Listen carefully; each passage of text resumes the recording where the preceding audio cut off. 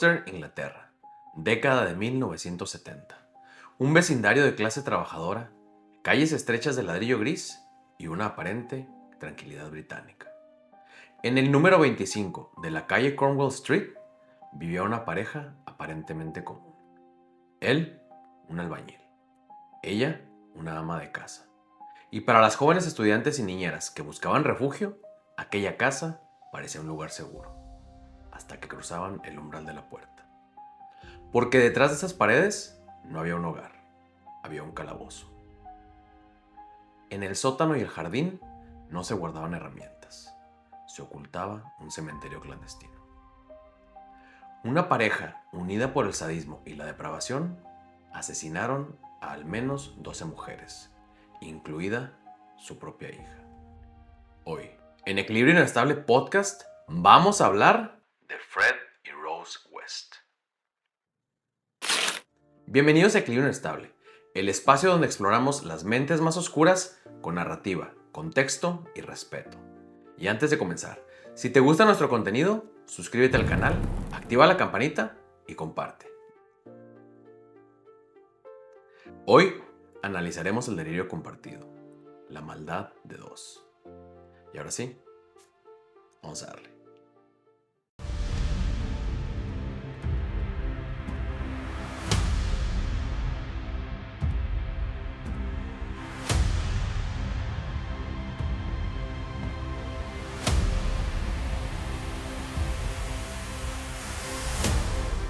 Para entender semejante nivel de maldad, debemos mirar sus orígenes. Fred West nació en Marshmarkle en 1941.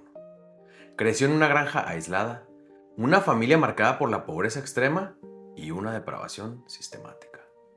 Su padre Walter abusó físicamente de sus hijos y obligaba a la familia a participar en prácticas incestuosas. Su madre Florence no solo lo permitía, sino que empujaba a Fred a situaciones insanas. Desde niño, Fred mostró señales. Disfrutaba torturando animales en la granja y robando a sus vecinos. Pero a los 18 años, un accidente de motocicleta cambió su cerebro para siempre. Sufrió una fractura de cráneo grave, pasó días en coma y al despertar, los médicos notaron un cambio. El daño en su lóbulo frontal aniquiló el poco control de sus impulsos que le quedaba. Se convirtió en un mentiroso patológico, un agresor sexual y un delincuente errante. En 1968, en una parada de autobús, conoció a Rosemary Letts. Ella tenía solo 15 años, él 27. Rose venía de un hogar igualmente fracturado. Su padre Bill era un hombre violento, diagnosticado con esquizofrenia paranoide, que abusaba de Rose de forma constante. Su madre Daisy sufría una severa depresión. Durante el embarazo de Rose, Daisy fue sometida a terapia de electrochoques y dosis masivas de sedantes. Rose creció en un ambiente de total inestabilidad mental y aprendió que el sexo y la violencia eran las únicas monedas de cambio. Por eso cuando Fred apareció, Rose no vio un peligro, vio su boleto de salida. Rápidamente, la dinámica cambió. Rose no fue una víctima sumisa de Fred, al contrario, ella poseía una frialdad que a Fred le faltaba. Se convirtió en el motor, en la mente calculadora de una crueldad sin límites. Juntos dejaron de ser dos parias, se convirtieron en la tormenta perfecta.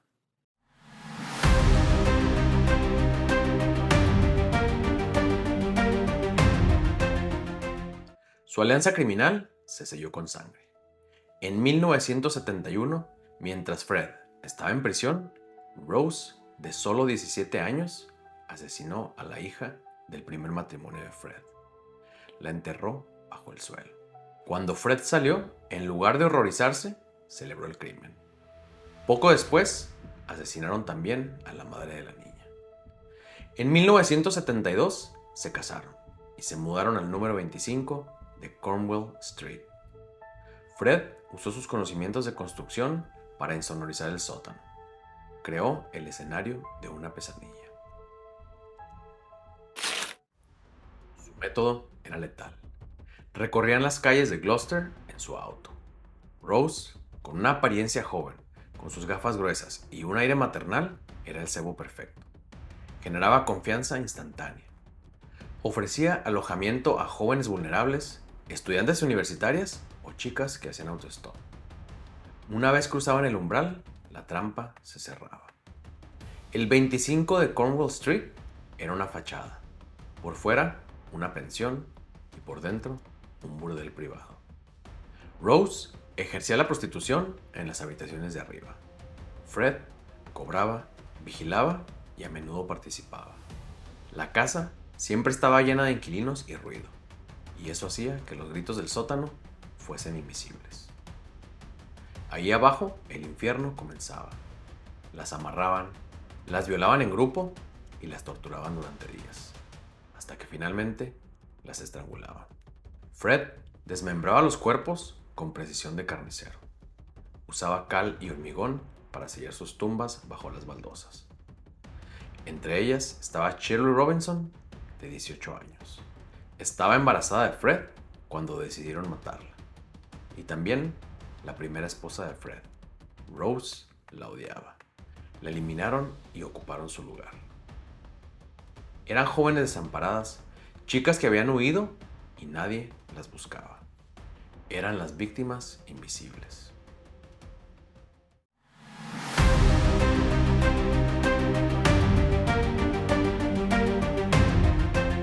Pero la depravación no tuvo límites. Llegó hasta su propia familia. En 1987, su hija mayor, Heather, de 16 años, intentó escapar de los abusos y cometió el error de decírselo a sus padres. Esa misma noche, desapareció. Fred y Rose le dijeron a todos que se había mudado. Incluso bromeaban sobre su ausencia. Pero Heather estaba bajo el jardín, sepultada por su propio padre. En 1992, el castillo de naipes comenzó a caer. La policía comenzó a investigar a Fred por abusar sistemáticamente de sus propias hijas. Las declaraciones de las jóvenes abrieron una grieta en el muro de silencio. La sospecha sobre la desaparición de su hija Heather se volvió insoportable. El 25 de febrero de 1994, la policía entró con palas. Comenzaron a excavar el jardín y bajo la tierra húmeda encontraron huesos humanos. Primero el fémur de Heather y luego restos de las otras 9 mujeres. La casa entera era una fosa común. Al verse acorralado, Fred intentó proteger a su reina. Confesó los crímenes de forma caótica, asumiendo toda la culpa. Su sumisión hacia Rose era absoluta. Pero el monstruo era cobarde. No llegó a enfrentar a la justicia y el 1 de enero de 1995 se ahorcó en su celda con una sábana. Rose West enfrentó al tribunal sola.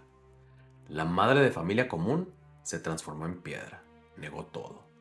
Intentó pasar por una esposa sumisa, una víctima más de Fred, pero la fiscalía demostró su sadismo. Las pruebas de que ella había torturado y matado sola mientras Fred estaba en prisión eran aplastantes.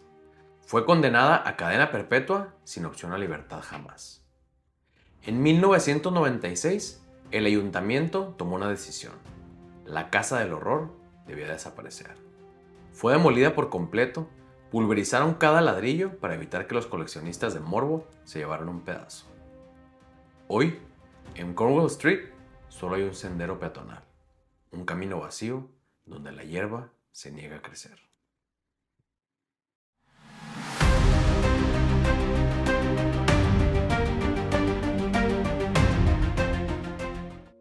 Pero la sombra de los West es larga. En mayo de 2021, Gloucester volvió a contener el aliento. El foco se centró en el Clean Plate Café. Ahí trabajaba Mary Baston, de 15 años. Cuando desapareció en 1978, Fred West era cliente habitual y hacía obras en el sótano. En prisión, confesó haberla matado, pero nunca dijo dónde estaba. En 2021, un documental detectó anomalías bajo el suelo y un material azul, como el del abrigo que Mary llevaba el día que desapareció. La policía excavó durante semanas, pero lamentablemente no encontraron restos. El destino de Mary sigue siendo un misterio. la eterna víctima número 13. El caso de los West nos deja una pregunta muy incómoda. ¿Cómo puede existir tanta maldad bajo una fachada tan común? Eran vecinos, tenían hijos, saludaban por la mañana y bajo sus pies había un cementerio. Esta historia nos demuestra que la normalidad suele ser solo una delgada capa de pintura. El equilibrio de esa casa era el más inestable de todos. Si te gustó este episodio, dale like, suscríbete, comparte y déjanos en tus comentarios qué otra historia te gustaría escuchar. Y recuerda que nos encuentras en YouTube, Instagram y Facebook como @equilibrio inestable podcast y en X como @equilibrio inpod. Gracias por acompañarnos. Yo soy Carlos y nos vemos en el próximo episodio de Equilibrio Inestable Podcast. Hasta el próximo.